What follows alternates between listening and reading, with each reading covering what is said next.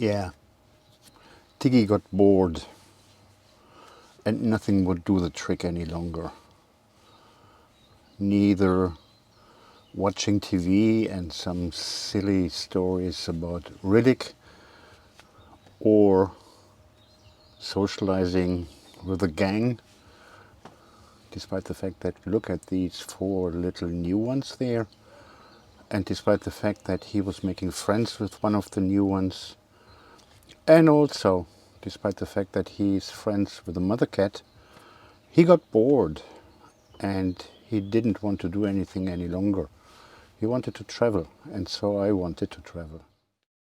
So we got on the road and made our way to Bucharest, where we were arriving yesterday evening. And this is from here, but this is about 100 kilometers of an epic road trip that I always wanted to document, because I have done this trip on many occasions and I want to take you with us alongside the Danube. All right. This has been a difficult one. It's not about glorious van life. We all have our little challenges, and my challenges over the last days were related to that I couldn't get myself going. I had severe motivational problems and I couldn't decide what to do and when to do and to muster the necessary energy. But today in the morning, Monday, I have done it. Tigger and I are on the road and we have wonderful weather. We are just heading away from our car wash because I gave the car, I gave the van, I gave the home a cleaning, and now we are headed towards Bucharest, where I want to spend a few days with a friend of mine. And in order to do so, I'm traveling today because we are spending time at the next weekend. I will arrive in Bucharest either today or tomorrow morning at a campsite which I know very well and which Tigger likes very much, and from where I can work, because I have work to do, which I want to do Tuesday, Wednesday, Thursday, and then I have time for a weekend.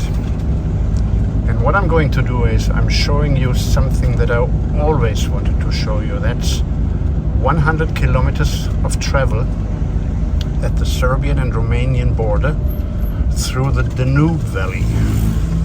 This is one of the most beautiful routes here in this area that I know, and I'm going to take as much footage of it as possible because the weather is perfect.